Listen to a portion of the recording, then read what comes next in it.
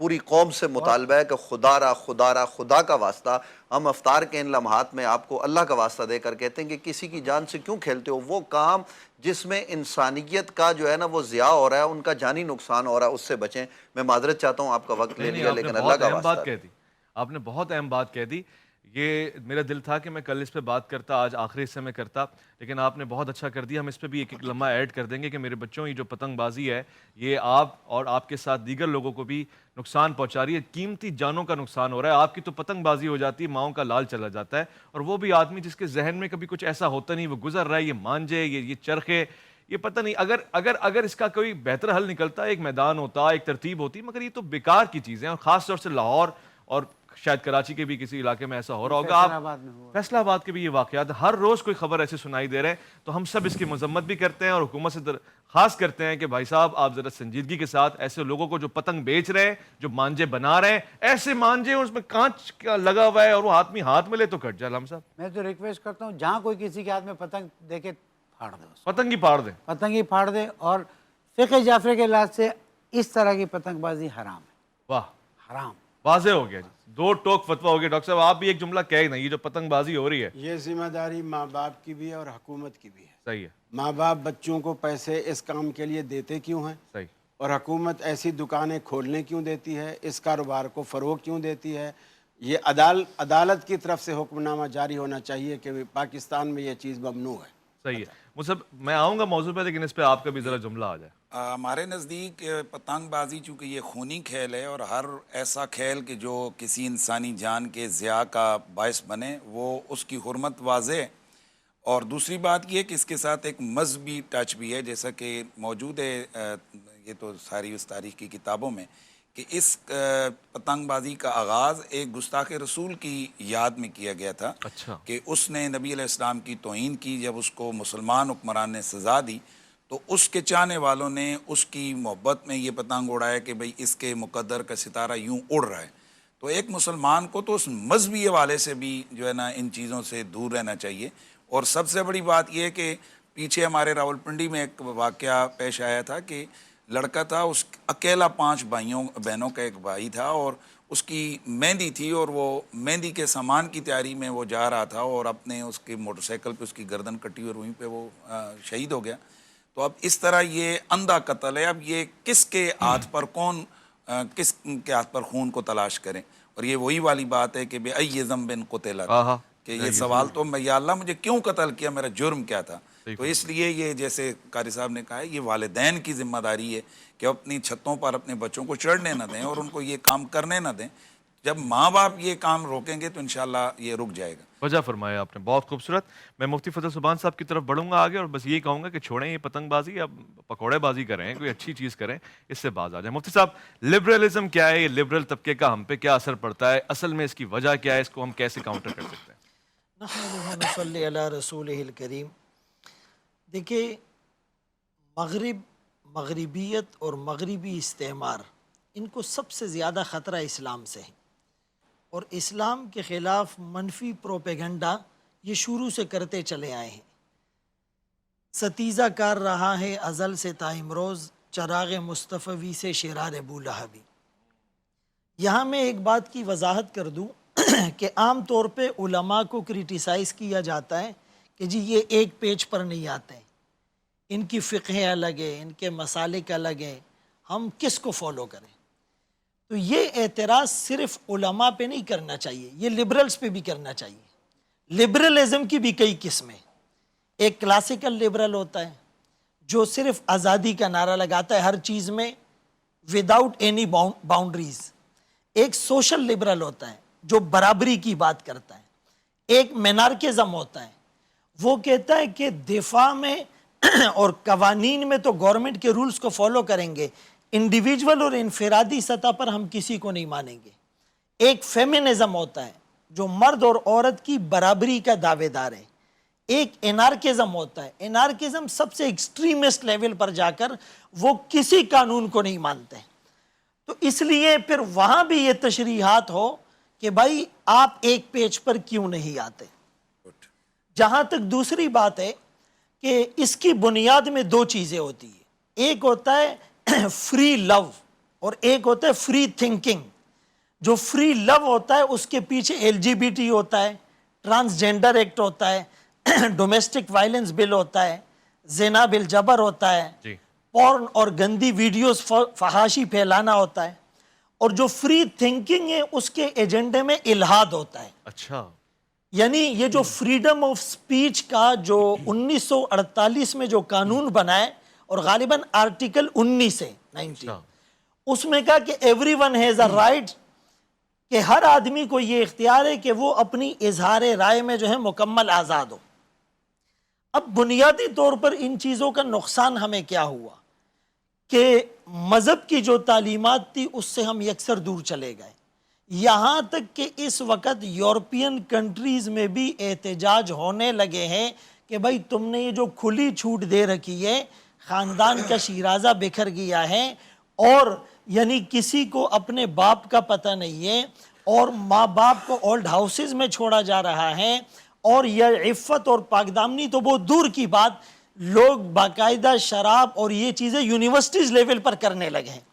تو اب وہ بھی اس سے تنگ آ چکے ہیں. تو یہاں پر ہم ان کو بتانا چاہتے ہیں کہ بھائی اسلام کی جو تعلیمات ہیں اس سے معاشرے میں امن آئے گا. مثال کے طور پر آپ اگر کھلی چھوٹ دیتے ہیں کہ بھائی کوئی کسی سے کوئی باس پرس نہیں کر سکتا, تو پھر آپ کی فورسز عوام سے باس پرس کیوں کرتی ہے؟ آپ کے جوڈیشری کے اندر جو جیورسڈکشن آپ کا ایریا ہے کہ بھائی یہ جج بن سکتا ہے, یہ وکیل بن سکتا ہے, یہی کیس کی پیروی اور سماعت کر سکتا ہے, وہ قوانین کیوں ہیں؟ آپ کہتے ہو کہ میڈیکل ڈاکٹر تب بنے گا جب وہ پریکٹس کرے گا, ہاؤس جاب کرے گا, پھر آپ نے باؤنڈریز کیوں رکھی ہے؟ ملک کے لیے پاسپورٹ کیوں بنتا ہے, شناختی کارڈ کیوں بنتا ہے, ویزا کیوں لگتا ہے, امیگریشنز کے رول کیوں ہوتے ہیں؟ پھر ماں باپ اولاد سے نہیں پوچھے گی, شوہر بیوی سے نہیں پوچھے گا, باس اپنے سب آرڈینیٹ اور ماتحت سے نہیں پوچھے گا, تو معاشرہ کہاں جائے گا؟ یہ جو پتنگ بازی کے اوپر بات ہوئی, یہی چیزیں تو ہوتی ہے. بسنت اور اس طرح کے تہوار ہوتے کہ پتنگ اڑائے جائے اور جو ہے وہ کوئی کھیل کے اندر حدود اور قیود نہ ہو.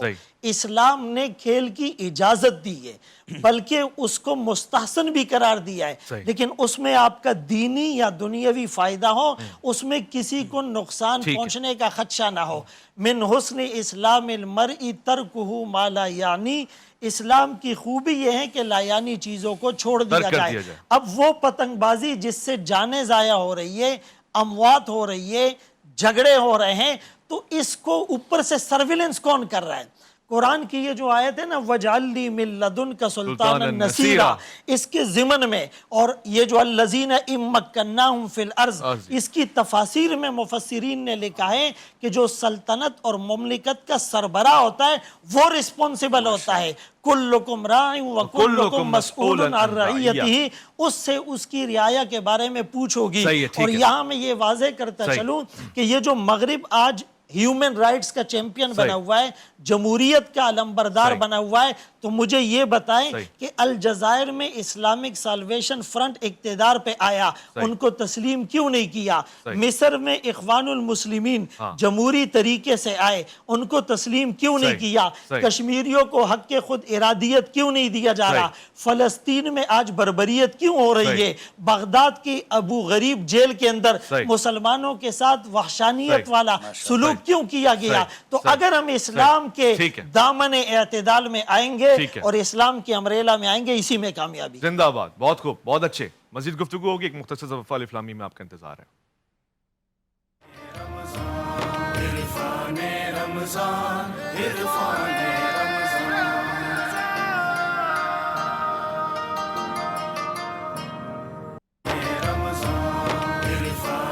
رمضان رمضان عرفان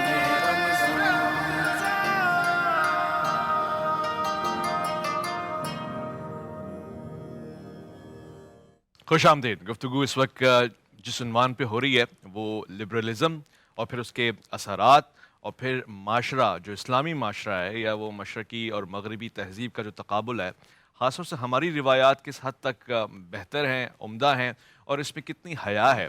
اور جو چیز لبرلزم ہمیں دینا چاہ رہا ہے یا لبرل طبقہ ہمیں دے کے جا رہا ہے، جس کو ہم فریڈم آف اسپیچ کہتے ہیں کہ جی یہ تو بڑی اچھی چیز ہے، جس کو ہم آزادی رائے، آزادی لباس، آزادی رہن سہن، اس چیز کی آزادی کو معاشرے سے، اسلامی معاشرے سے ہم کمپیئر کر رہے ہیں۔ ڈاکٹر صاحب تشریف فرمائیں۔ ڈاکٹر صاحب، بنیادی طور سے ہم یہ ضرور سمجھنا چاہیں گے کہ مسلمان کبھی لبرل ہو سکتا ہے؟ اس آزادی میں تو ہو سکتا ہے جو اسلام نے اسے دی ہے، اس سے باہر نہیں جا سکتا۔ اسلام میں بھی آزادی ہے، مثلا مجھے نماز پڑھنے کی، روزہ رکھنے کی، حج کرنے کی، زکوٰۃ دینے کی، ہر چیز کی آزادی ہے، لیکن یہ اسلام کے دائرے کے اندر ہے۔ لبرل طبقہ یہ چاہتا ہے کہ ہم مادر پدر آزاد ہو جائیں، یعنی کوئی ہم سے روک ٹوک نہ ہو، حتیٰ کہ گھر میں اگر بوڑھا باپ بھی بیٹھا ہے نا تو لبرل کو وہ بھی برا لگتا ہے جب وہ یہ پوچھتا ہے کہ 12 بجے رات کے کہاں سے آ رہا ہے، تو اسے وہ باپ کے جملے بھی برے لگتے ہیں کہ یہ کیوں بلکہ وہ کہتے ہیں اس بڈھے کا کیا حق ہے کہ ہم سے پوچھے، ہم اپنی زندگی جی رہے ہیں، ہماری مرضی، ہمارا سب کچھ یہ ہے۔ دیکھیے رسول اکرم صلی اللہ علیہ وسلم نے خوبصورت انداز سے اس کو مثال دے کر آپ نے سمجھایا۔ آپ نے فرمایا کہ ایک کشتی ہے، اس کی منزلیں ہیں، اور اوپر والی جو منزل والے ہیں وہ نیچے جو منزل ہے ان کو پیاس لگتی ہے اور ان کے پاس پانی نہیں ہے، اور پانی اوپر والی منزل کے پاس ہے، اور نیچے والا بندہ اوپر جاتا ہے کہ یار آپ لوگوں کے پاس پانی ہے، مجھے پیاس لگی ہے، پانی دے دو، وہ منع کر دیتے ہیں، اسے پانی نہیں دیتے۔ تو پھر وہ شخص نیچے آتا ہے اور نیچے جس جگہ سیٹ پر بیٹھا ہوا ہے اسی جگہ اپنے نیچے جو تختہ ہے اس کا پھٹا کشتی کا، اس کو سوراخ کر کے، چونکہ اس کشتی سمندر میں یا دریا میں جہاں بھی تیر رہی ہے تاکہ یہ پانی اندر داخل ہو جائے، آپ نے فرمایا اگر اس وقت اس کو سوراخ کرنے دیا جائے تو وہ بھی غرق ہوں گے، نیچے والے بھی اور اوپر والے بھی غرق ہوں گے، کیونکہ کشتی ڈوبے گی تو پوری کی پوری ڈوبے گی۔ بالکل ایسا ہی۔ تو فرمایا اس وقت اس کا ہاتھ پکڑیں، تو نتیجہ کیا نکلے گا؟ وہ اس کو پانی دیں، اس کا ہاتھ روکیں، وہ بھی بچ جائیں گے نیچے والے، اور اوپر والے بھی بچ جائیں گے۔ تو آزادی کا مطلب خود اللہ کے رسول نے سمجھا دیا کہ یہ آزادی نہیں ہے کہ وہ نیچے کشتی توڑ کر پانی کشتی کے اندر لے اور پھر مزے سے بیٹھ کے پیتا رہے، یہ آزادی نہیں۔ آزادی کی بھی ایک حد ہے، اوپر والوں کو پابند کیا کہ تم اس کی جو جائز ضرورت ہے وہ تم پوری کرو، اور ناجائز کام جو ہے اس کو نہ کرنے دو، نہ تم ڈوبو نہ اسے ڈبو۔ تو اسلام آزادی چاہتا ہے، لیکن اسلام اسلامی آزادی چاہتا ہے۔ اب جیسے پردے کو لوگ کہہ دیتے ہیں کہ جی یہ عورت کو جو ہے پابند سلاسل کر دیا گیا، گھر میں بٹھا دیا گیا۔ اب لوگ جس کو لبرل طبقہ ہے وہ کہتے ہیں دیکھو جی کتنا دقیانوسی بنا دیا عورت کو کہ خامند کے کپڑے دھوئے، اس کی روٹی پکائے، یہ گویا دلہن نہیں لایا بلکہ نوکرانی بھی آ کے لایا۔ اور وہی لوگ ہوائی جہاز کے اندر جب 400-500 بندوں کی بڑے جمبو جہاز کے اندر وہ عورت، وہ لڑکی لوگوں کے ایک بٹن دبانے پر ٹرے لے کے آتی ہے اور ان کی خدمت کرتی ہے، پھر ان کے خالی برتن واپس لے کے جاتی ہے، وہ یہ کہتے ہیں آزادی ہے۔ اور اپنے ہی شوہر کی خدمت کرے تو اسے کہتے ہیں یہ دقیانوسی طریقہ ہے، یہ تو عورت کو غلام بنا دیا گیا۔ یعنی اپنے بچوں کو کپڑے پہنائے، اپنے بچوں کے منہ دھلائے، تو یہ آزادی حق تلفی ہے۔ اور اگر نوکر بن کر دوسروں کے ہاں نوکری کرے اور دوسروں کے سب کچھ کرے، یہ آزادی وہ ہے۔ آپ نے ایک دفعہ ایئر ہوسٹس کی مثال دے دی تھی۔ جی یہی چیز ہے۔ ٹھیک ہے، میں سمجھ رہا ہوں اس بات کو۔ مفتی صاحب آپ کی طرف آتا ہوں۔ اب ایک بنیادی سوال ہے، دیکھیں اب سارے ماشاءاللہ اسلامک ماحول ہے، کوئی لبرل نمائندہ نہیں بیٹھا، تو میں فرض کر لیتا ہوں کہ میں ان کی طرف سے یہ سوال پوچھ رہا ہوں۔ وہ کہتے ہیں بچوں کو پڑھائیں، آپ ان کو آزادی دیں کہ وہ خود اپنے فیصلے لیں، کیا ان پہ آپ چھاپ لگا دیتے ہیں اور ان کو دقیانوسی کر دیتے ہیں؟ اس کا کوئی جواب دیں نا۔ بسم اللہ الرحمن الرحیم۔ دیکھیں لبرلزم کی جو ویسے ماشاءاللہ تشریح مفتی صاحب نے بڑے اچھے انداز سے کی ہے، جو ہمیں ان لوگوں کی جو لکھی پڑھی چیزیں ہمارے تک پہنچی ہیں، ظاہر ہے ہمارے پاس تو سورس وہی ہے کہ جو ان کے دانشور اس لبرلزم کی تشریح معاشرے میں کرتے ہیں۔ لبرلزم بنیادی طور پر دو چیزوں کے گرد گھومتی ہے، ایک آزادی اور دوسرا مساوات۔ اور آزادی کے پھر طویل جو ہے نا ان کا عنوانات ہیں اور اس کی تشریح ہے کہ جس میں بھائی انسان اپنے عقائد میں، اپنے عمل میں، اپنے نظریے میں، اپنے سیاسی معاملات میں، اپنے مالی معاملات میں، تمام اعتبار سے بلکہ تعلیمی معاملات میں وہ آزاد ہیں، اور انسان اتنا آزاد ہے کہ اس پر کوئی حاکم نہیں، گویا کائنات میں حاکمیت اعلیٰ انسان کو حاصل ہے۔ یعنی جو ہمارے اسلام کے اندر اللہ کی حاکمیت اعلیٰ کا یا شریعت کے سپر ہونے کا تصور ہے، یہاں سے یہ واضح طور پر یہ آزادی اس سے ٹکرا رہی ہے. صحیح. اور دوسرا ان کے یہاں مساوات ہے، یعنی معاشرے کے اندر جتنے بھی انسانیت کے جو افراد ہیں، چاہے وہ کالا ہے، گورا ہے، سفید ہے، جیسا بھی ہے، مرد ہے یا عورت ہے، چھوٹا ہے یا بڑا ہے، بوڑھا ہے یا بچہ ہے، وہ سارے جو ہے نا وہ آپس میں برابر ہیں. اور یہاں تک تو ہمیں بڑا لگتا ہے کہ جی تو یہ تو ہمارے نبی پاک نے بھی خطبہ حجۃ الوداع کے موقع پر فرمایا تھا، کسی کالے کو گورے پر، گورے کو کوئی کالے پر، فوقیت عربی کو اجمی پر کوئی فوقیت نہیں، الا بالتقوی، سوائے تقوی کے. تو یہاں پر کہتے ہیں جی یہ تو بڑا اچھا نعرہ ہے، لیکن آگے جو چل کے ہے کہ بھائی یہاں جو عورت ہے وہ مرد کے بالکل ہر معاملے میں برابر ہے، اور وہ جو قرآن کا تصور ہے الرجال قوامون علی النساء، اس کا رد ہے. اور اس کا مطلب یہ ہے کہ جیسے اگر میاں بیوی ہیں، ان کا بنیادی جو نعرہ ہے، جو پیچھے ایک ڈرامہ بھی بنایا گیا تھا، چلا تھا، کہ اگر میاں بیوی ہیں تو جیسے میاں کا ہمارے اسلام کہتا ہے حق ہے، حضور کی حدیثیں موجود ہیں کہ بیوی اس کو نہیں روک سکتی اگر وہ اپنی خواہشات کی تکمیل چاہتا ہے، لیکن یہ کہتے ہیں نہیں، اس کے لیے اگر کسی وقت کسی شوہر نے بیوی کے ساتھ قربت کے لیے زبردستی کر دی تو یہ بھی ایک قسم کا جبر ہے، یعنی اس کے خلاف بھی وہی قانون لاگو ہونا چاہیے کہ جو معاشرے میں ایک عام عورت کے حوالے سے اگر کوئی اس کو ان حرکات پر مجبور کرے تو اس کے خلاف ہے. تو اب یہ جو اس طرح سے جو ایک نظریہ دیا گیا ہے کہ یہ مساوات ہے، تو اس کے حوالے سے وہ کہتے ہیں جی کہ اگر ہم یوں کریں گے تو معاشرہ پنپ جائے گا. جیسے مفتی صاحب نے کہا، حالانکہ ہم دیکھتے ہیں کہ اسی معاشرے میں سیکولر اور لبرل کے رہنے والے، بالخصوص ہمارے میں ایک پنڈی کا واقعہ آپ کو بتاتا ہوں کہ ایک ڈاکٹر صاحب ہے، نام نہیں لیتا ذرا میڈیا کا مسئلہ ہے، تو وہ بڑے ٹی وی پروگراموں میں بھی جا کر بڑا کہتے تھے لبرل ہونا چاہیے بندے کو، لبرل. قدرتی ایسا ہوا ان کی بچی یونیورسٹی میں گئی اور ایک جیسے کہتے ہیں نا کہ عام تھرڈ کلاس کسی لڑکے سے اس کو محبت ہو گئی اور ان کی جو ہے نا وہ شادی کے لیے تیار ہو گئی. اب جناب وہ ڈاکٹر صاحب شور ڈال رہے ہیں، لڑکے پہ دباؤ ڈال رہے ہیں. اس کی لڑکی کی جو ماں ہے تو وہ ماں حالانکہ وہ دونوں کا نعرہ تھا کہ ہم جو ہے نا وہ لبرل ہیں. تو اب اس کو ایک دفعہ ہمارے ایک پروگرام میں تھے چڑھ گئے، تو میں نے یہ چیز کیونکہ ہائی لائٹ ہو گئی معاشرے میں، تو ہم نے کہا جناب آپ تو کہتے تھے کہ یہ مولوی جو نا لوگوں کو پابند کرتے ہیں، دین لوگوں کو پابند کرتا ہے، آپ بچی کو کیوں تنگ کر رہے ہیں کہ وہ ایک جیسے مرضی جا کر شادی کرے. اب اس کی ماں کا جملہ سنے، کہتے ہیں وہ ویلا قسم کا لڑکا ہے، نہ اس کے کوئی خاندانی بیک گراؤنڈ ہے، نہ اس کے پاس پیسہ ہے، یہ میری بچی کی نا عقل پہ پردہ پڑا ہوا ہے، تو اب میں جان بوجھ کر اس کو جہنم میں تو کہہ لوں. میں نے پکڑ لیا، میں نے کہا ایک ماں اگر ایک جذباتی بچی کے جذباتی فیصلوں کو قبول نہیں کر سکتی تو جو اللہ 70 ماؤں سے زیادہ اپنے بندوں سے پیار کرتا ہے وہ انسان کے اپنے جذبات پر انسان کو کیسے حوالے کر سکتا ہے کہ یہ جو دل کرے جیسے مرضی یہ کرے. اس لیے اللہ تعالیٰ نے شریعت نے حدود مقرر کی اور فرمایا تلک حدود اللہ فلا تعتدوها، یہ حدیں ہیں، یہ لمٹس ہیں، جیسے قاری صاحب نے کہا ہے کہ حدود ہیں، ان حدود کے اندر تمہاری مرضی ہے. جیسے کھانے پینے کے لیے کہا کنوا واشربوا ہنیئا مریا، اور اسی طرح دیگر ان کے 5 وقت کی نماز رکھی، اس کے بعد ان کو آزادی دی بھئی تم جو مرضی یہ کرو، لیکن شریعت کے ساتھ یا خدا کی حاکمیت اعلیٰ کے ساتھ نہ ٹکراؤ. اور اگر اللہ کہیں کسی چیز سے تمہیں روکتا ہے تو یہ یقین کر لو کہ جیسے ایک شوگر کے پیشنٹ کو ڈاکٹر میٹھی چیز سے روکتا ہے، اس میں اس کا اپنا کوئی نقصان نہیں ہے، بلکہ وہ سمجھتا ہے کہ اگر اس نے میٹھا استعمال کیا تو اس کی ہلاکت بنے گی. اسی طرح وہ رب کے جو انسان کا خالق ہے وہ اچھی طرح جانتا ہے کہ اس کے لیے کیا چیز اس کو ہلاکت میں ڈالنے والی ہے. اس لیے اللہ نے جن چیزوں سے ہمیں روکا ہے ہمیں اس سے بچنا ہے. خود ہمیں وہ میٹھی چیز کتنی اچھی لگتی ہے لیکن وہ ہمارے لیے زہر ہے. بہت خوب، کتنی اچھی لگتی ہے مگر وہ ہمارے لیے زہر ہے. یعنی اللہ تعالیٰ کا پیار ہے اور واقعاً وہ سب سے زیادہ پیار کرنے والا ہے. لقد خلقنا الانسان فی احسن تقویم، یہ اس نے معیارات قائم کیے ہیں اور پھر اس نے اس محبت کا اظہار مختلف انداز سے کیا. ذرنی ومن خلقت وحیدا وجعلت له مالا ممدودا وبنین شہودا، میں اس کے محبت پہ قربان. اب وہ اگر یہ نظم و ضبط بیان کر رہا ہے تو پھر ہمیں اس کے پیرائے میں رہنا چاہیے. مختصر سے وقفہ لوٹ کر آئیں گے، الف لام میم میں آپ کا انتظار رہے گا. عرفان رمضان عرفان رمضان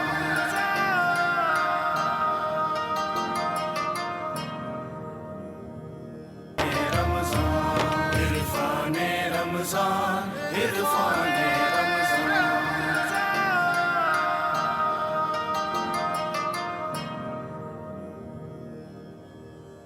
خوش آمدید عرفان رمضان میں الف لام میم کی نشست سجی ہوئی ہے. میں آپ کا میزبان محمد عبیس ربانی. مجھے بڑی خوشی رہتی ہے کہ آپ میرے ساتھ جڑے رہتے ہیں اور پھر آپ ابھی سے کالز کرنا شروع کر دیتے ہیں. بس تھوڑا سا انتظار کیا کریں اور جب سوال بھی کیا کریں تو مختصر کیا کریں. ابھی بات آگے بڑھے گی، علماء کرام آئیں گے. میں ہمیشہ فرمانی محبت میں جب بول رہا ہوتا ہوں اور میری زبان میرا ساتھ دے رہی ہوتی ہے تب تو کام بڑا اچھا چل جاتا ہے. ابھی گفتگو ہو رہی تھی تو میں اس وقت اسی پینل سے اسی نطقے سے جوڑنا چاہتا ہوں آج بات کو.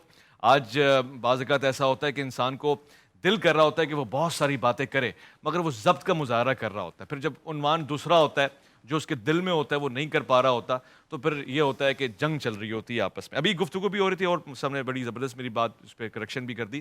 ذرنی ومن خلقت وحیدا وجعلت له مالا ممدودا وبنین شہودا ومہدت له تمہیدا ثم یطمع عزیزا کلا. ابھی اس کا انداز دیکھیں، وہ اپنے بندے سے مخاطب ہوتا ہے تو اس انداز سے مخاطب ہوتا ہے، کہتا ہے اس کو چھوڑ دو چھوڑ دو، میں نے اس کو پیدا کیا نا، اپنے ہاتھوں سے پیدا کیا، سب کچھ دیا، مال اولاد ہر چیز کی، مگر یہ مجھ سے اور مانگتا ہے، نہیں میں اس کو حساب دوں گا اور ایسی جگہ چڑھاؤں. تو یہ اس کا پیار ہے. پھر وہ اس پیار کا اظہار کرتا ہے ہمارے لیے. پھر وہ میں آج مجھے موقع ملا تو مفتی صاحب سے پوچھوں گا کیا اس کا کمال انداز ہے کہ اپنے حبیب سے کہہ رہا ہے عبس وتولی ان جاءہ الاعمی. یعنی یہاں بھی ایک الگ انداز ہے جس کو ایک عالم ہی سمجھا سکتا ہے کہ یہ شفقت، یہ مہربانی کیا ہے. اس وقت جو موضوع ہمارا چل رہا ہے بہت خاص ہے. میں اس پہ ایک گہری نگاہ رکھنا چاہتا ہوں اور علامہ صاحب کی طرف متوجہ ہوتا ہوں. علامہ صاحب کا مطالعہ چونکہ وسیع ہوتا ہے اور پھر ایک پیرائے میں نہیں ہوتا، یہ دنیا بھر میں تشریف لے جاتے ہیں، ان کے صاحبزادگان بھی باہر ہوتے ہیں. علامہ صاحب گفتگو اس حوالے سے ہو رہی ہے کہ لبرلزم، اب ہم یہاں سارے علماء حضرات بیٹھ کے برا بھلا کہتے رہے لبرلز کو، مگر اس میں کوئی دو رائے نہیں ہے کہ یہ جو ایتھزم ہے اس کا اثر میرے بچوں پہ پڑ رہا ہے، ہمارے نصاب میں آ رہا ہے، ہمارے کلچر میں آ رہا ہے اور لوگ اس کو انجوائے کر رہے ہیں. بسم اللہ الرحمن الرحیم. اچھا عنوان آپ نے چنا ہے. پہلے سے اگر بتا دیں تو اور بہتر مطالعات کر کے آ جائے کریں گے تو اس سے بھی گفتگو میں ہمارے اور ذمہ داری سے بات ہوگی اور نکھار ہوگا. دیکھیں ایک کلمہ ہے، امیر المومنین علیہ السلام نے فرمایا کلمۃ الحق یراد بہ الباطل. کہاں کہیں اور تھا، یہاں پر بھی یہی ہے. یہ لبرلزم والے جو بات کرتے ہیں نا کہ انسان آزاد ہونا چاہیے، بالکل صحیح ہے، انسان کو آزاد ہونا چاہیے. کلمۃ الحق مراد کیا ہے کہ اس کو اس عریانی، فحاشی، بے دینی ہر اس چیز کی طرف لگا دو جہاں سے انسان کے اقدار جو ہیں وہ مائنس ہو جاتے ہیں. ٹھیک ہے، اگر ہم کہیں کہ انسان آزاد ہے تو اللہ تعالیٰ نے انسان کو آزاد خلق کیا. اِنَّا هَدَيْنَاهُ السَّبِيلَ اِمَّا شَاكِرًا وَإِمَّا كَفُورًا. کسی کی گردن پکڑ کے اسلام میں داخل کر ہی نہیں سکتے.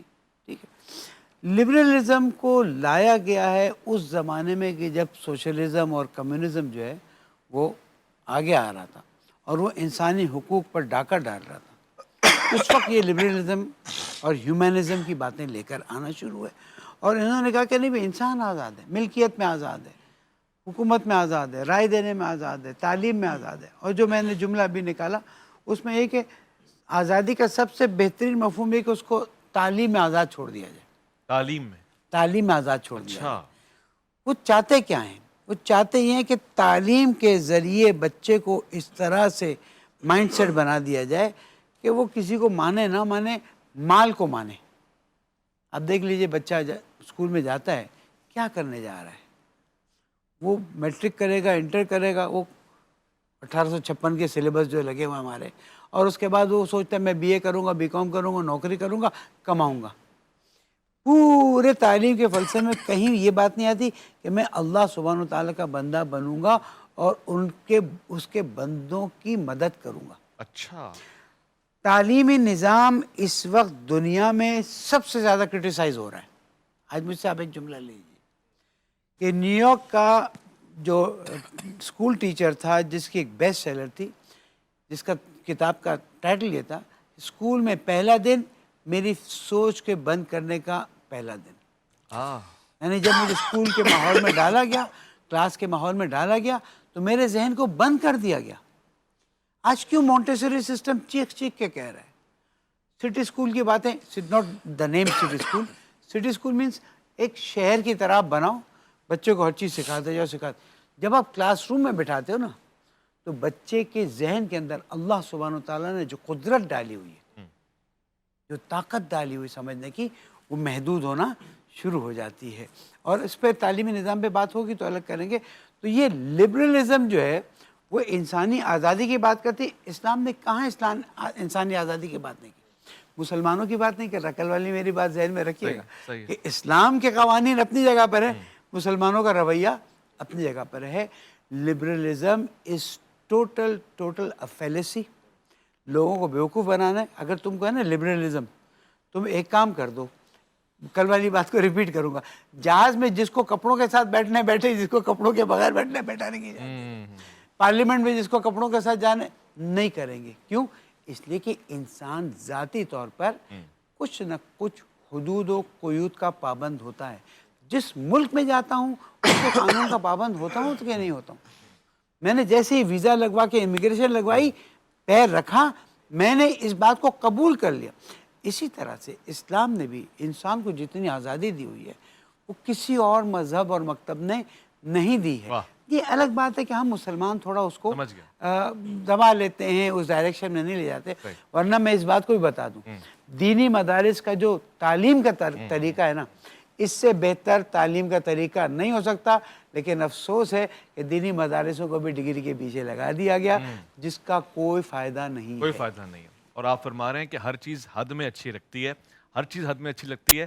آپ ہمیں بے حد اچھے لگتے ہیں. جی مفتی صاحب آپ کی طرف آتے ہیں. اب گفتگو اس طرح آ گئی ہے کہ اس کی روک تھام کیسے ہو سکتی ہے. وہ جو فتنوں کا میں سمجھتا ہوں برسات ہم پر ہو رہی ہے, آپ اس کو لبرلزم کے انداز میں کہیں یا سیکولرزم کے انداز میں یا ایتھزم کے انداز میں, اس کی روک تھام کیسے ہو سکتی ہے؟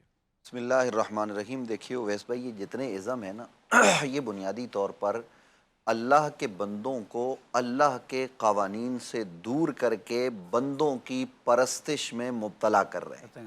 یہ جتنا بھی ازم ہے, جس ازم کو بھی آپ دیکھ لیں, اس کا بنیادی تصور یہی آپ کو ملے گا.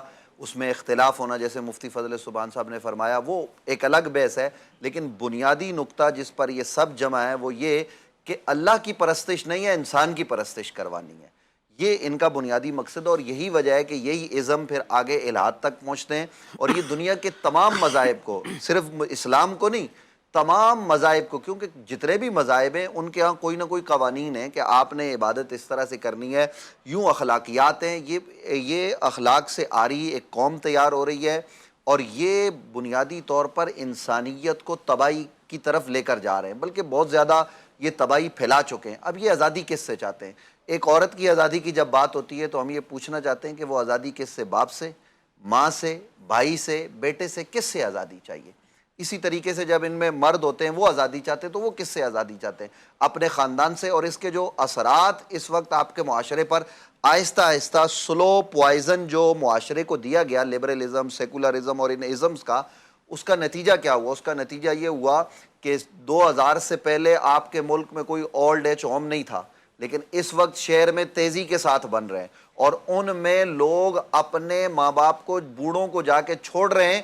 اور باہر تو شاید وہ مدر ڈے اور فادر ڈے پر پتہ بھی کرتے ہوں, پاکستان میں پتہ بھی نہیں کرتے. پہلی دفعہ کوئی فنڈ دے دیتے ہیں, اور بعد میں یہ جو آزاد لبرل خیال طبقہ ہے یہ کہتے ہیں بھائی ان کو زکوٰۃ صدقات آتے ہیں, لہٰذا ہمیں ان کو پیسہ دینے کی ضرورت ہی نہیں ہے. یہ بھی محل نظر ہے کہ ایسا اولڈ ایج ہوم کہ جس میں ایک امیر بیٹے کا باپ رہ رہا ہے, وہاں زکوٰۃ کا پیسہ لگتا بھی ہے یا نہیں, یہ محل نظر ہے. اس پر غور کرنے کی ضرورت ہے. تو اس وقت جو تباہی آئی ہے وہ تباہی اس تیزی سے پھیل رہی ہے کہ آپ کی جتنی یونیورسٹیاں ہیں, ان یونیورسٹیوں میں جو ہماری اسلامی تہذیب ہے, جو پاکستان کی اپنی ایک ثقافت ہے, اس کا کوئی لحاظ نہیں رکھا جا رہا. وہ جتنی پرائیویٹ یونیورسٹی ہیں, سرکاری یونیورسٹیز ہیں, وہاں پر بالکل مادر پیدر آزادی ہے. اور یہ آزادی کہاں سے شروع ہوتی ہے؟ یہ اسکول سے شروع ہوتی ہے. جیسے اسکول کی مذمت ابھی میسمی صاحب فرما رہے تھے, یہاں ہوتا کیا ہے؟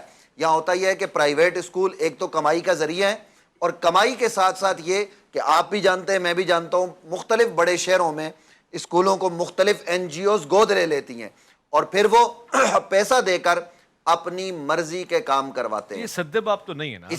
اب عرض کر رہا ہوں, ہم سب اسکولوں سے پڑھے ہوئے, میں عرض کر رہا ہوں نا کہ ہم سب اسکولوں سے پڑھے ہوئے, تو ماں باپ نے بھی تو کہیں کردار ادا کیا نا, ماں باپ نے بھی تو ہماری تربیت کی ہے, معاشرے نے کردار ادا کیا ہے. اور پھر جو بتایا گیا کہ جن مدارس کو یہ دقیانوس کہتے ہیں, جن مدارس کے خلاف یہ مہم چلاتے ہیں کہ جناب یہاں پر کوئی نظام نہیں ہے, ان مدارس کا جو نظام ہے وہاں بچہ جاتا ہے ایک کالج یونیورسٹی میں جانے والا. اور یہ سچی بات ہے, 2 بھائی ایسے ہیں جن کو میں جانتا ہوں, وہ ایک وہ ہے جو یونیورسٹی سے پڑھ کے آیا اور باہر بھی پڑھتا رہا ہے, پیسے بھی زیادہ کماتا ہے, وہ ماں باپ سے اکڑ کے بات کرتا ہے، اور ایک بچہ وہ جس نے مدرسے میں صرف 15 سپارے قرآن حفظ کیے، وہ ہوٹل پر کام کرتا ہے لیکن آ کے ماں باپ کے ہاتھ چوم کے ملتا ہے، اور ماں باپ اس کے ساتھ رہنا پسند کرتے ہیں بمناسبت اس کے کہ جو اس وقت آزاد خیال ہے، جس کے پاس سب کچھ ہے، کیونکہ ماں باپ کو پیسہ نہیں چاہیے، ان کو عزت اور احترام کی 2 روٹیاں چاہیے ہوتی ہیں وقت پر، وہ جو بیٹا دے گا وہ اس کے ساتھ رہنا پسند کریں گے۔ تو اس لیے اویس ربانی صاحب اس وقت ان ازم نے جو معاشرے پر برے اثرات ڈالے نا، ان سے نکلنے کا ایک ہی طریقہ ہے، هو الذی ارسل رسولہ بالہدی ودین الحق لیظہرہ علی الدین کلہ۔ ایک تو دین کو ہم غالب کریں اور اس کے لیے ہم سب مل کر کوشش کریں، اور دوسرا ہم خود بھی مکمل طور پر دین میں داخل ہوں اور جو دین کی تعلیمات ہیں ان تعلیمات کو منوان قبول کریں، تو ہم کامیابی کی طرف بڑھیں۔ ماشاءاللہ ماشاءاللہ گفتگو فرمائیے۔ مفتی فضل سبحان صاحب بیٹھے ہوئے ہیں، پتنگ آ گئی۔ چند ہی دنوں میں یہ عمرے کے سفر پہ روانہ ہوں گے۔ ہم ان سے درخواست کرتے ہیں، آپ کو بھی اگر موقع مل جائے درخواست کر دیں، ہم سب کو، علماء کرام کو خاص طور سے، جی ٹی وی کو، الف لام میم کو، مجھ ناچیز کو آپ اپنی دعاؤں میں یاد رکھیں گے۔ اس درخواست کے ساتھ ہم ان کو روانہ کرتے ہیں پتنگ کے انشاءاللہ۔ ساتھ پتنگ کا بھی عمل ہے۔ جی لائیے، جلدی لائیے۔ یہ ایک اچھا عملی مظاہرہ ہے نفرت کا اظہار۔ اور اس سے نفرت کا اظہار کریں گے۔ ظاہر میں یہ گڈے گڈیاں آپ کو پکڑا دیتا ہوں، تو کھڑا ہو جاؤں گا۔ مختلف کلر سے لے لیں۔ نہیں کھڑے ہو کے کرتے ہیں، کھڑے ہو۔ پتنگ کے ایک ایک کر کے کرے اور کیمرہ ان پر یعنی اس کے احترام میں کھڑے ہو رہے ہیں۔ اس کے احترام میں آپ کو عمل ہمیشہ کے احترام۔ کھڑے ہونے کا مطلب احترام ہی کیوں نظر آتا ہے؟ ہم اصل میں یہ پیغام دینا چاہتے ہیں، اس کا ایک ایک کر کے۔ اڑانا آرام ہے، ہاں، بیٹھ یہ جائیں، پیغام جو ہے نا وہ یہ دینا ہے۔ بیٹھ کے۔ چلیں بیٹھ جاتے ہیں۔ وہ اچھا ذرا جی۔ صحیح آئے گا تصویر۔ آپ کو یہ لگ رہا ہوگا کہ ہم نے یہ پتنگیں منگوائی ہیں کہ ہم ان کو اڑائیں گے، ہم ان کو اڑائیں گے نہیں بلکہ ہم ان کو پھاڑ کے وہ دکھائیں والا گے۔ اڑائیں گے۔ ہم ان کو ایسے اڑا کے پھینکیں گے کیونکہ یہ معاشرہ اور اس کی زد میں آ رہا ہے، اس کے مانجوں میں اور اس کی چالاکیوں میں، اور خاص طور سے اس کی بے ضابطیوں میں۔ علماء کرام نے اس کو پھاڑ کے پھینک دیا ہے۔ قاری صاحب پھاڑ دیجیے۔ جاء الحق وزهق الباطل۔ پاؤں کے نیچے رکھ دیں۔ بھائی بہت خوب، مفتی صاحب نے پاؤں کے نیچے اعوذ رکھا۔ باللہ من الشیطان الرجیم، بسم اللہ الرحمن الرحیم۔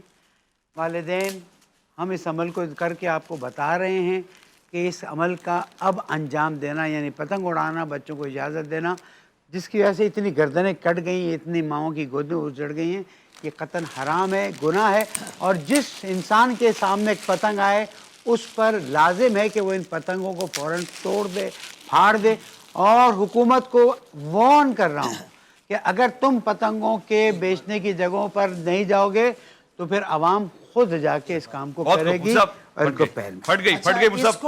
اس کو ہمارا جذباتی عمل نہ سمجھا نہ، جائے، نہ، نہ، نہ۔ ان کے جذبات کا احساس کیا جائے، نہیں نہیں، ان کے جذبات کا احساس کیا جائے، جن کے گھر اجڑ گئے ہیں، جن کے بچے شہید ہو چکے ہیں اور جن کی جانیں ضائع ہو رہی ہیں۔ اگر ہم ان کو تصور کر کے دیکھیں گے تو آپ کو یہ عمل بالکل جذباتی بہت نہیں خوب، بلکہ بہت ایک جذبات کے مطابق قاری نظر صاحب آئے۔ آپ کی پھٹ گئی۔ اویس بھائی میں یہ عرض کر رہا میری ہوں، نہیں اویس پھٹی، بھائی پتنگ پھٹی۔ یہ عرض کر رہا ہوں کہ ماں باپ اس پتنگ میں یہ جو ہے نا، یہ جو آپ کو نظر آ رہا ہے، اس کا استعمال کریں بچوں کے لیے اور ان کو سیدھے راستے پر پیار سے گامزن کریں، پیار اور محبت سے۔ اس سے میرے خیال میں بچے کو یوں ماریں گے تو فرق بھی نہیں پڑے گا۔ بھائی بہت خوب، الف لام میم میں آپ کا انتظار ہے، لوٹ کر آئیے گا۔ ہم نے ایک خوبصورت مظاہرہ اس لیے کیا کہ اس سے سبق سیکھیں گے اور کچھ بھی نہیں ہے، ہم اس سے نفرت کا اظہار کرتے ہیں، اس کے ہماری قیمتی جانیں کھو رہی ہیں۔ آئیں، لوٹ کر آئیں، آپ کا انتظار ہے۔ بہت اچھا۔ عرفان رمضان عرفان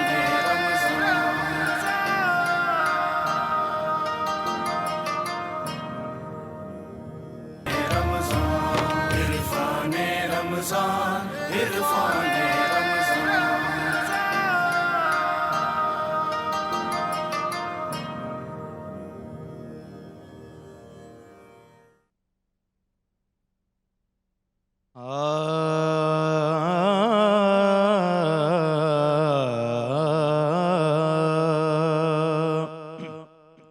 اعلیٰ حضرت کے چھوٹے بھائی حسن رضا خان بریلوی رحمۃ اللہ علیہ، ان کا ایک کلام۔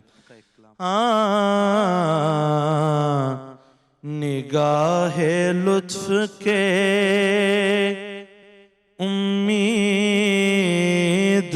امیدوار ہم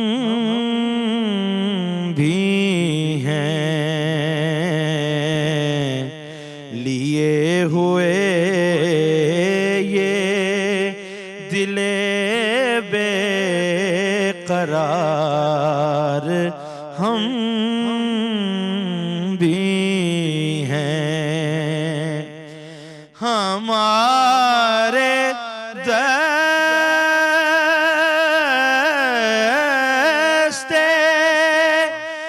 تمنا کی لاج بھی رکھنا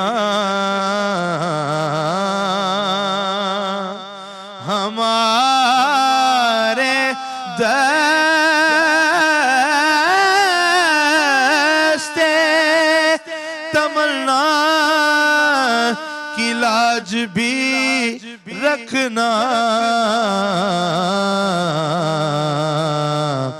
تیرے فقیروں میں اے شہر یار ہم بھی ہیں اور جو سر پہ رکھنے کو مل جائے نالے پاک کے حضور جو سر پہ رکھنے کو مل جائے نالے پاک کے حضور تو پھر کہیں گے کہ ہاں تاجدار ہم بھی ہیں تو پھر کہیں گے کہ ہاں تاجدار ہم بھی ہیں اور مقطع کیا خوب کہ حسن ہے جن کی سخاوت کی دھوم عالم میں انہی کے تم بھی ہو ایک ریزہ خار ہم بھی ہیں انہی کے تم بھی ہو ایک ریزہ خار ہم بھی ہیں نگاہ لطف کے امیدوار ہم بھی ہیں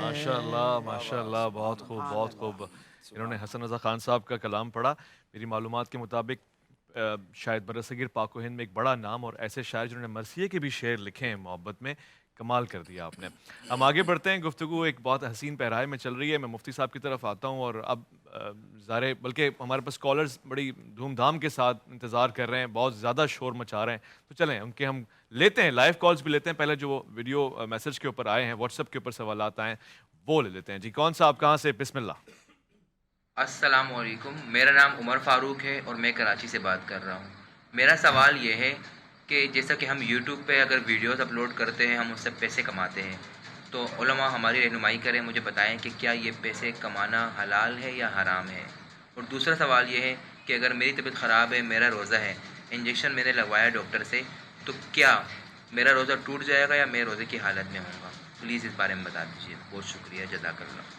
جی بہت بہتر مفتی صاحب آپ کی طرف دونوں سوالات ہیں ایک تو وہ یوٹیوب میں ویڈیو ڈالتے ہیں اور اس کا اور پھر دوسرا انجیکشن لگاتے ہیں روزہ ٹوٹ جاتا ہے دیکھیں اس میں اختلافی مسئلہ ہے یوٹیوب کی کمائی کے حوالے سے بہت سارے علماء اس کے جواز کی طرف گئے اور بہت سارے علماء اس کے عدم جواز کی طرف گئے اور یہ اگر اختیاری ہو اور اگر آپ کا اختیاری ہی نہیں ہے اور آپ نے اگر نیک مقصد کے لیے ایک یوٹیوب شروع کیا ہے نہ یہ کہ اوچھی حرکتیں کر کے یا کسی کی عزت کو اچھال کے یا آپ معاذ اللہ کوئی بے حیائی کے کوئی ڈانس ڈونس کر کے کوئی غلط حرکتیں کر کے آپ ویڈیو ڈالیں اور کہیں کہ اس کی کمائی آئے گی تو یہ حلال ہے یہ تو ظاہر ہے یہ تعاون علی الاسم ہے وہ خود گناہ کا کام ہے اور گناہ پر لوگوں کو جری کرنے کے مترادف ہے تو ہر ایسی ویڈیو کہ جو ویڈیو قرآن و سنت کی تعلیمات کے خلاف ہے اس کو تو ویسے بھی بنانا ہی حرام ہے ناجائز ہے تو چہ جائے کہ اس کی کمائی کھانا وہ تو ظاہر ہے وہ ہے ہی منع ہے لیکن اگر آپ نے کوئی اچھا کنٹینٹ دیا ہے جس میں کوئی لوگوں کی تعلیم اور ان کی جیسے جائز ریفریشمنٹ ہے کوئی یہ سیر ہے کوئی علاقوں کے سینریاں آپ دکھا رہے ہیں یا کوئی مذہبی اور دینی چیزیں آپ کر رہے ہیں، اور اس پر جس طرح آج کل یوٹیوب کا ایک رول ہے کہ وہ بغیر مونیٹائزیشن کے وہ میرے خیال میں ویڈیو چلاتے نہیں ہیں، اور وہ خود بخود آپ کو وہ دے رہے ہیں، تو اس میں بہرحال ظاہر ہے آپ کا اپنا اختیار نہیں ہے، تو اس ایسی کمائی کے حوالے سے اجازت کی طرف بھی علماء گئے ہیں۔ لیکن اگر آپ کے اختیار میں ہے اور وہ اشتہار بھی غلط چلا کر وہ آپ کو وہ دے رہے ہیں تو ظاہر ہے وہ پھر آپ کے لیے جائز نہیں ہے۔ ٹھیک ہے، بہتر ہے۔ دوسرا سوال ڈاکٹر صاحب آپ سے لیتا ہوں کہ روزے میں اگر انجیکشن لگا لیا تو روزے کی حالت اور صحت رہے گی؟ اگر پہلے کی بھی اجازت دیں تو ہمارا موقع۔ جی بالکل۔ جزاک اللہ۔ اس میں یہ ہے کہ یوٹیوب ہمارے ورک پر ہمیں پیسہ نہیں دیتا، مثلا میں تلاوت کر رہا ہوں، تقریر کر رہا ہوں، اس کا پیسہ نہیں ملتا۔ اس پر جو کمرشلز آتے ہیں وہ کمائی اس کی ہوتی ہے، اس کے لیے پھر یوٹیوب خود بھی اپنا حصہ رکھتا ہے، اس میں سے ہمیں بھی دیتا ہے۔ اس میں یوٹیوب نے ایک آپشن چھوڑا ہے کہ آپ کیا کیا چیز اپنے پروگرام میں بین کرنا چاہتے ہیں، تو آپ اس آپشن میں جا کے وہ چیزیں جو آپ کی کمائی کو، حلال کمائی کو حرام کر رہی ہیں، ان کو آپ بین کر دیں۔ باقی اچھی چیزیں آپ جیسے آپ کا مسالہ، مرچ مسالہ، کوئی کھانے پینے کی چیزیں آ رہی ہیں، روح افزا آ رہا ہے، جامع کوئی حرج نہیں ہے، آپ اس طرح کی چیزیں، میں اور آپ آ رہے ہیں، کوئی بھی اس طرح کی بالکل ٹھیک ہے، بہت اچھے بہت اچھا۔ اور دوسری بات یہ انجیکشن میں بھی ہمارے علماء بھی خود اختلاف ہے کہ بعض کہتے ہیں کہ اگر طاقت کا انجیکشن ہو تو وہ تو بالکل بھی نہیں لگوا سکتا، اگر کوئی بخار کا یا انسولین یا کوئی اس طرح کی چیز ہے تو لگا۔ لیکن میرا نقطہ نظر بالکل یہ ہے کہ جب اللہ تعالیٰ نے اجازت دی ہے، آپ مریض ہو، آپ کو ضرورت پڑ گئی ہے، بے شک صبح نہیں تھی، ابھی پڑ گئی ہے، آپ آج کا روزہ کھول لیں، انجیکشن لگوائیں، ڈرپ لگوائیں، جو مرضی کرائیں، ایک روزہ آپ کو بعد میں رکھنا پڑے گا، مریض کو اللہ نے اجازت۔ اور مریضن کا جملہ اگر قرآن میں آ گیا تو یہ آپ کے لیے آسانی ہے، قاری صاحب نے وضاحت فرما دی۔ لائیو کالر ہمارے ساتھ اتنی تعداد میں اتنی دیر سے انتظار فرما رہے ہیں، چلتے ہیں ان کی طرف۔ جی کون صاحب؟ السلام علیکم ورحمۃ اللہ۔ وعلیکم السلام ورحمۃ اللہ۔ جی محمد آصف اٹک سے بات کر رہا ہوں۔ ہاں کیا فرمائیں گے حضرت؟ جناب میرا سوال یہ ہے کہ فقہ حنفی کے اندر ہے دیہات میں جمعہ نہیں ہوتا، تو حنفی علماء جو ہیں اس مسئلہ میں امام ابو حنیفہ رحمہ اللہ کی تقلید نہیں کرتے ہیں، یہ کیا وجہ ہے؟ ٹھیک ہے، یہ کیا وجہ ہے مفتی نوید عباسی صاحب؟ دیکھیے گزارش یہ ہے کہ امام اعظم ابو حنیفہ رحمۃ اللہ تعالیٰ علیہ کے حوالے سے جو بات انہوں نے کی ہے کہ جناب حنفی مذہب میں امام صاحب نے کہا یا نہیں کہا، یہ تو انہوں نے نہیں کہا۔ جو حنفیوں نے بنو عباس کے زمانے میں فتاوی جات دیے، جیسے قاضی ابو ایوب ہیں، تو وہ فتاوی جات اس وقت کی ضرورت کے حساب سے تھے۔ ایک تو یہ کہ دیہاتوں میں آبادی کم رہتی تھی اور شہر میں اور مسلمانوں کا اجتماعی طاقت دکھانے کا ایک معاملہ ہوتا تھا، اس لیے اجتماعی نظم و ضبط کو قائم رکھنے کے لیے انہوں نے کہا۔ اور پھر شہر میں بھی اس زمانے میں سب جگہوں پر نماز نہیں ہوتی تھی، ایک بڑی مسجد میں حکمران خود پڑھاتے تھے یا ان کا خاص نمائندہ پڑھاتا تھا۔ تو آج کل چونکہ کثرت سے آبادی ہے اور یہ مختلف دیہاتوں میں جو ہے نا وہ لوگ رہتے ہیں، تو وہاں اگر مساجد ہیں، اور ویسے بھی اگر یہ بھی فقہ حنفی کا مسئلہ ہے کہ اگر آپ جو ہے نا وہ 4 لوگ ہیں تو نماز پڑھ سکتے ہیں جمعے کی بھی، تو پھر اس میں حرج کی بات ہی کوئی نہیں ہے، اس میں کوئی تعارض والی بات نہیں ہے۔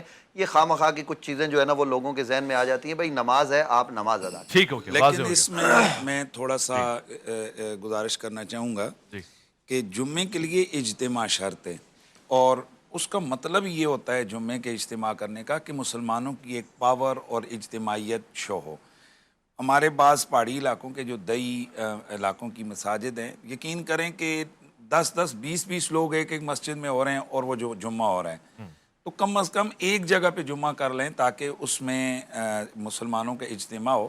اب یہ بھی بالکل مذاق نہ بنایا جائے کہ اگر کہیں جواز کے بعض متاخرین نے جو فتاویٰ دیے ہیں کہ بھئی آپ جس ٹوک میں چھوٹی سی مسجد بنائی وہیں پہ آپ نے جمعہ شروع کر دیا، اس طرح کم از کم نہ کریں۔ اگر یوں ہم کریں گے تو پھر تو مسجدیں جو نا وہ اجڑنے والا جو معاملات ہیں وہ واضح۔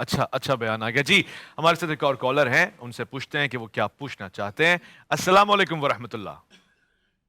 وعلیکم السلام جی، ساجد منان بات کر رہا ہوں توبہ ٹیکسنگ سے۔ جی خوش آمدید میرے بھائی، کیا سوال پوچھیں گے؟ جی جناب بڑی مہربانی ہے، آپ نے میری کال موصول کی ہے۔ میرا سوال چھوٹا سا ہے، اگر علماء کرام مناسب سمجھیں تو اس کا جواب دیں کہ جب بھی کسی دینی محفل یا کانفرنس یا کسی بھی جگہ پہ علماء کرام یا نعت خوان حضرات تشریف لے کے جاتے ہیں تو جانے سے پہلے وہ ایک رقم کا تعین کرتے ہیں اور جا کے وہاں پہ پھر نظر اور یا کسی بھی شکل میں جو رقم وصول کرتے ہیں، کیا یہ ایسا کرنا جائز ہے یا اس کو کیا کرنا؟ اور دوسرا میرا سوال یہ ہے کہ علماء کرام کو کیا علم و واز کے علاوہ تجارت کے پیشے کو اپنانا جائز نہیں ہے؟ یہ ٹھیک۔ تجارت کے پیشے کو کیوں نہیں اپناتے، صرف علم و واز کو ہی اپنا پیشہ کیوں سمجھتے ہیں؟ ٹھیک ہے، بہت شکریہ ٹوبر ٹیک سنگھ والے میرے بھائی، بہت شکریہ، اچھا سوال ہے آپ کا۔ علامہ صاحب آپ کی طرف آتا ہوں، کتنے پیسے لیتے ہیں مجلس پڑھنے کے آپ؟ مجلس پڑھنے کے پیسے لینے کی بات ہو یا نوحہ خانے کی بات ہو یا نعت خانے کی بات ہو، سب دیکھیں فکس کرنا جو ہے نا اخلاقی طور پر صحیح نہیں ہے۔ باقی جب آپ ایک نیک کام کر رہے ہیں، سامنے والا کوئی تحفہ دے رہا ہے، کوئی ہدیہ دے رہا ہے، اس میں کوئی حرج نہیں، اللہ کے نبی کی سنت ہے۔ لیکن اس کا ہوا کیا؟ ہم نے آج تک فکس نہیں کیا تو 500 روپے بھی دیے جاتے ہیں۔ اب اس کا کیا حل ہے؟ اللہ کا شکر ہے کہ ان چیزوں پہ زندگی نہیں گزرتی، لیکن ہمارے علماء ہیں، محنت کرتے ہیں، کتابیں مہنگی کتابیں سب خریدتے ہیں، پھر وہ اپنا خرچ کہاں سے چلائیں؟ اور یہ کیوں کہا جا رہا ہے کہ علماء جو ہیں وہ کیا کہتے ہیں کوئی اور نوکری کریں؟ کیا آپ نے ڈاکٹر سے کہا کہ تم ڈاکٹر، بھائی جان بچانا بھائی تو فرض ہے نا، صرف دین سکھانا ہی فرض ہے، جان بچانا فرض نہیں۔ ڈاکٹر کیوں تنخواہ لیتا ہے اور اتنی تنخواہ لیتا ہے کہ انسان سوچ نہیں سکتا۔ علماء کو یا تو احترام سے آپ دے دیں، ان کو آپ احترام سے دے دیں، لیکن جب آپ سے نہیں مانگا جاتا ہے تو وہ کرتے ہیں جو ہمارے ساتھ بعض مرتبہ ہوتا ہے، یہ رائے کے طور پہ نہیں، مثال کے طور پر۔ اس لیے ان کے احترام میں اگر آپ دے دے ہوتے تو یہ فکس کرنا اچھا نہیں ہوتا، لیکن کیونکہ آپ نہیں کرتے اس وجہ سے پھر مجبور ہیں، پھر فکس کیا جاتا ہے۔ واضح ہو گیا۔ ڈاکٹر صاحب پیسے کیوں لے رہے ہیں؟ ہاں یہ بات ہے، بلکہ ہمارا سوال یہ ہے کہ پیسے کیوں کم دیتے ہیں، ہمارا سوال ہے یعنی سائل کی نظر میں یہ ہے کہ دنیا کے ہر شخص کے وقت کی قیمت ہے، ایک مولوی کا وقت ایسا ہے جو بے قیمت ہے، یہ ظلم ہے، یعنی بلکہ عالم سب سے اونچا کام کر رہا ہے، اس کی تنخواہ، اس کی سہولیات سب سے زیادہ ہونے چاہیے، یہ معاشرے کا سب سے اونچا شخص ہے، سب سے اونچا، حتیٰ کہ جنت میں بھی اللہ تعالیٰ نے فرمایا کہ مؤذن جو ہے، صرف مؤذن جس کو ہم سمجھتے ہیں مؤذن ہے، آپ نے فرمایا جنت میں سب سے اونچی گردن مؤذن کی ہوگی، اللہ بھی جنت میں بھی اس کو نمایاں کر کے عزت دے رہا ہے۔ پھر ہم مثلا میں نماز پڑھا رہا ہوں، میں آپ کے ہاں آ گیا، فرض کیا جی ٹی وی میں، آپ نے کہا قاری صاحب نماز پڑھا دیجیے، اب میں کہوں نہیں میں تو ایک نماز کے 500 روپے دیتا ہوں، یہ ہے نماز کا پیسہ۔ جی اب ہم کہیں بھی جاتے ہیں، پنجاب جاتے ہیں، ادھر ادھر جلسوں میں جاتے ہیں، لوگ اکرام کرتے ہیں، اپنا مصلی چھوڑ دیتے ہیں، ہمیں آگے کھڑا کرتے ہیں، کبھی بھی ہم نہیں کہتے کہ ہم نے نماز۔ اچھا اگر کوئی عالم سارا پورا مہینہ نماز پڑھاتا رہے لیکن ہر نماز الگ الگ مسجد میں پڑھائے تو اس کو کوئی تنخواہ دے گا؟ نہیں، حالانکہ اس نے پورا مہینہ پڑھائی ہے۔ صحیح۔ علماء پر نماز پڑھانی فرض ہے، پڑھنی فرض ہے، پڑھانی فرض نہیں ہے، یہ ایکسٹرا ڈیوٹی ڈالی ہے معاشرے نے۔ پھر مولوی صاحب 2 منٹ لیٹ کیوں آئے؟ اگر آپ کسی کو فی سبیل اللہ کھڑا کریں گے نا، کبھی بھی نہیں پوچھ سکتے، کبھی بھی نہیں پوچھ سکتے صحیح ہے، 2 منٹ لیٹ کیوں آئے؟ صحیح۔ پھر وہ جب پنجاب جا رہا ہے، گھر جا رہا ہے، چھٹی کی درخواست لکھ رہا ہے متولی کو، سارے ملازمت کر اور ان کو درخواست لکھے گا منظور، اتنے دن میں اس کو آنا ہے، اگر 4 دن لیٹ ہو گیا تو وہ آئے گا تو دوسرا مولوی آیا کھڑا ہوگا۔ بالکل صحیح فرما رہے ہیں۔ تو یعنی اس طرح اس کو معاشرے میں اس کو گرایا جا رہا ہے۔ ٹھیک ہے، ہمارے پاس شاید لائیو کالر انتظار کر رہے ہیں یا ویڈیو کال پہ واٹس ایپ۔ لاہور کی اذان کا وقت ہوا جاتا ہے، ہم لوٹ کر آئیں گے لاہور کی اذان کے بعد انشاءاللہ عرفان رمضان الف لامی میں آپ کا انتظار کر رہا ہوں۔ عرفان رمضان، عرفان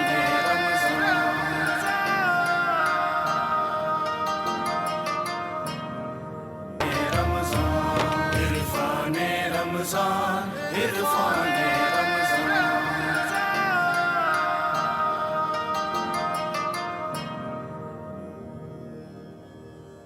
خوش آمدید، عرفان رمضان الف لام کی نشست جاری و ساری ہے، آپ دیکھ رہے ہیں، سوالات بھی کر رہے ہیں اور بڑی تعداد میں آپ کی کالز بھی آ رہی ہیں، واٹس ایپ کے اوپر جو ویڈیو کے اوپر سوالات آتے ہیں وہ بھی آ رہے ہیں، اس سے قبل گفتگو بھی ہو رہی تھی، آپ نے اتنے سارے سوالات بھی پوچھے، اور الحمدللہ آج مفتی صاحب مجھے یاد دلا رہے تھے کہ اجماع امت ہوا ہے خوبصورت سا، یعنی سب نے اس پہ اتفاق کیا ہے کہ علماء کرام کی آپ خدمت کرتے ہیں، یہ ان کا حق بھی ہے، وہ آپ ان سے وقت لیتے ہیں, وہ آپ کو وقت دیتے ہیں. اور قاری صاحب نے کہا کہ نعت خوانوں سے بھی پوچھ لیں. بہرحال ہم سب اس میں شامل ہو گئے اور سب نے اپنا حصہ ڈال دیا کہ جناب یہ آپ سے اگر کوئی یہ کہہ رہا ہے کہ یہ ایسے اس معاملے کو الگ رکھتے ہیں جہاں آپ خود تحفہ ہدیہ دے رہے ہیں, اللہ کے رسول نے تو پسند فرمایا اس کو اور یہ تو سنت ہے اللہ کے رسول کی, تو اس کو اس طرح سے بھی دیکھا جائے. اور جہاں زندگی کے تمام پیشوں میں آپ اپنی خدمات انجام دے رہے ہیں, ان سے خدمات لے رہے ہیں, تو یہ بھی ایک خدمت ہے. اور اس میں زیادہ میں سمجھتا ہوں اگر مسجد کا امام با اختیار ہوگا, پیش امام کے پاس زیادہ وسائل ہوں گے, تو وہ آپ کی خدمت کرے گا. وہ تو 5 وقت آپ سے ملاقات کے لیے بےتاب بیٹھا ہوتا ہے, وہ جانتا ہے کہ کون سے نمازی کے گھر میں کہاں اس نے افطار بھجوانی ہے, کہاں روزی راشن ڈلوانا ہے. یہ شعور تب آئے گا جب وہ اپنے لیے محتاج نہیں بیٹھا ہوگا جی ہمارے گھر میں راشن ڈال دیں آپ. تو ذرا سا آپ مستحکم کریں اپنے اداروں. اویس بھائی میں ایک بات کر رہا ہوں, پورا رمضان کا مہینہ ہم سارے لوگ بات کر رہے ہوتے ہیں غریبوں کے لیے ہے, یتیموں کے لیے, فلاں کے لیے, فلسطین کے لیے, کشمیر کے لیے, لیکن جو اس وقت قسم و پرسی کے عالم میں مسجدوں کے جو امام رہ رہے ہیں آج تک, یعنی اوورال کبھی کسی نے آواز اٹھائی ہے ان کے لیے؟ میں ایک یہ لطیفہ بھی ہے اور یہ سچی بات ہے اور یہ سننے والوں کے لیے اس میں بڑا سبق ہے.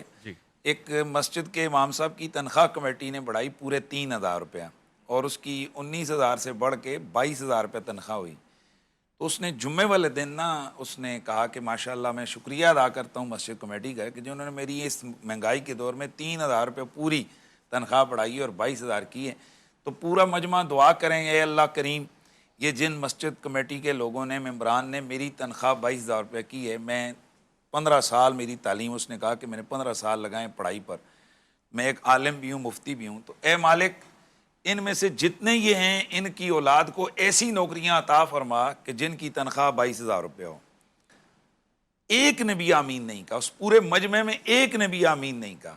یعنی آپ یہ چاہتے ہیں کہ آپ کا بچہ تھوڑی سی انگریزی تعلیم حاصل کی ہو تو اس کو 50,000 والی نوکری ملے, اور جو امام مسجد جس نے مسجدوں میں مدارس میں اس نے ماریں کھا کے ایک ٹاٹوں پہ بیٹھ کے مشکل انداز سے اس نے تعلیم حاصل کی ہے, تو اس کے لیے مسجدوں میں تنخواہیں کتنی دی جا رہی ہیں؟ ویس بھائی یہاں پر یہ نقطہ بھی ظاہراً آپ کو دیکھنا ہوگا کہ حکومت نے منیمم سیلری کتنی فکس کی ہے. اب میں اس ڈائریکشن میں آتا ہوں, وہ منیمم سیلری تو کم از کم ان کو آپ دیں. چوکیداروں کو آپ دیکھ لیجئے کیا کر رہے ہیں, گارڈوں کو آپ دیکھیں کیا کر رہے ہیں, 18,000 17,000 دے رہے ہیں, کوئی پوچھنے والا نہیں ہے, قانون نہیں ہے, ہم سب مجرم ہیں, خدا شاہد ہے. منیمم ویج میرا خیال میں 35,000 روپے, اس سے کم اگر کہیں کوئی کسی کو دے رہا ہو تو اس مالک پہ کیس کیا جا سکتا ہے, لیکن مشکل یہ کیس کرنے والا پیسے کہاں سے لائے. جسے کہیں تو برٹش پینل کوڈ سسٹم چلتا ہے, وکیل کا پیسہ, اسٹیمپ کا پیسہ.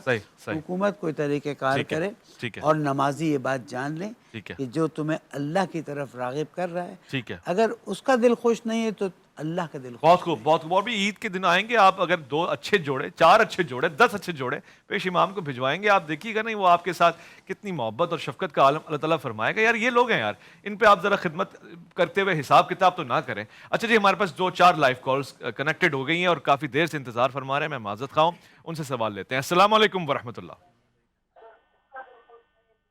السلام علیکم. جی وعلیکم السلام. کون صاحب کہاں سے؟ جی جی جی جی اچھا سر, میں نے یہ پوچھنا تھا مفتی حنیف قریشی صاحب سے.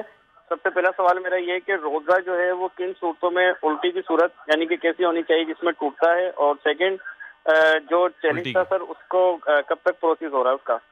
اچھا ٹھیک ہو گیا محمد علی صاحب, بہت شکریہ آپ کا. یہ سوال میں پوچھ لیتا ہوں, ایک اور کالر بھی ہمارے ساتھ ہیں ان سے, اور مجھے یاد ہے امتیاز صاحب نے کہا تھا سوال. امتیاز صاحب میں نام لے رہا ہوں آپ کا سوال آپ کے لیے دعا خیر بھی ہے. جی کالر ہمارے ساتھ ہیں, السلام علیکم. وعلیکم السلام ورحمۃ اللہ. ماشاءاللہ, کون صاحب؟ جی اسلام آباد سے محمد عبداللہ عرض کر رہا ہوں سر. واہ واہ, جی حضور. جی میرا سوال ہے, ہمارے محلے کی مسجد میں جماعت نماز ہو گئی تو 5-7 آدمی رہ گئے. ہلو جی جی ہلو, ہاں, تو پھر وہ انہوں نے دوسری جماعت کرائی.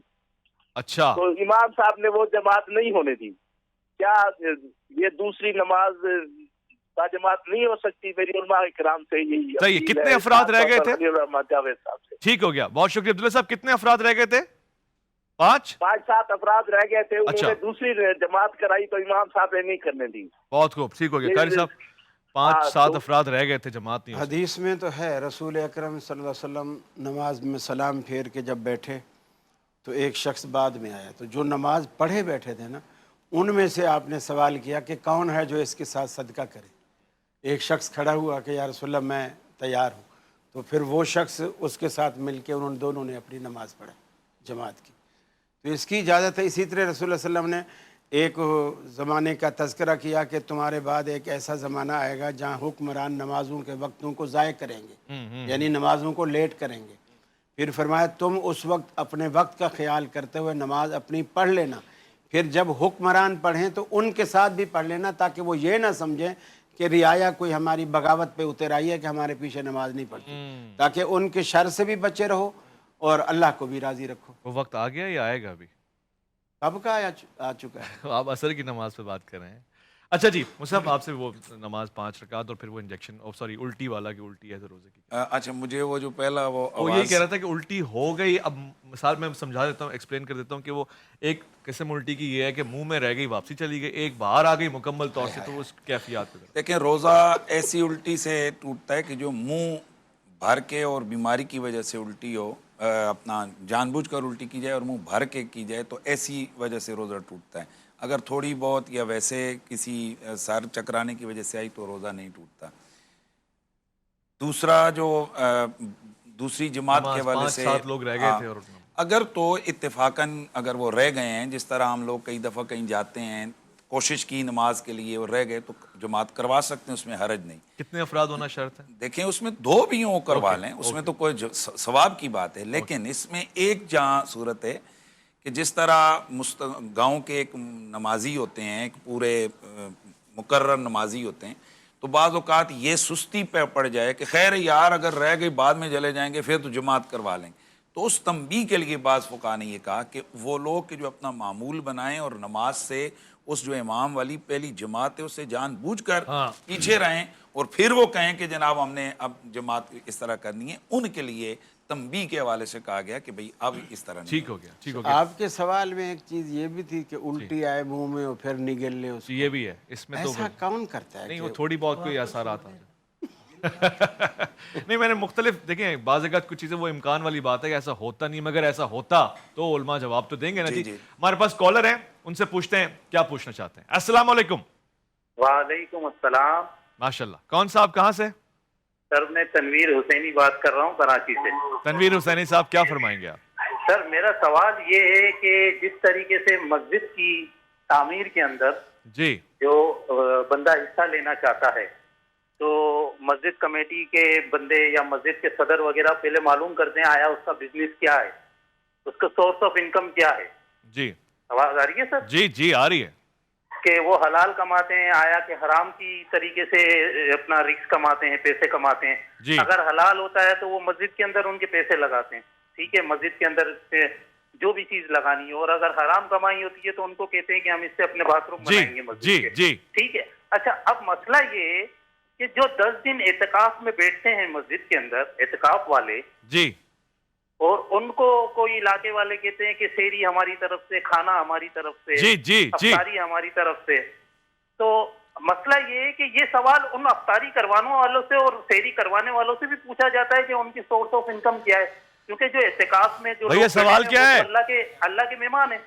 قاری صاحب سوال کیا ہے؟ سوال وہ علماء سے سوال یہی تو ہے نا کہ آیا مسجد کے اندر جو اعتکاف میں لوگ بیٹھتے ہیں جس طریقے سے مسجد میں پیسے لیے جاتے ہیں معلوم کرنے کے لیے مسجد تعمیر سے, تو اسی طریقے سے اعتکاف والوں کو جو سیری اور افطاری کرائی جاتی ہے تو ان سے بھی معلوم کرنا چاہیے لوگوں کو ان سے آیا کہ پیسے کہاں سے آتے ہیں ان کے پاس.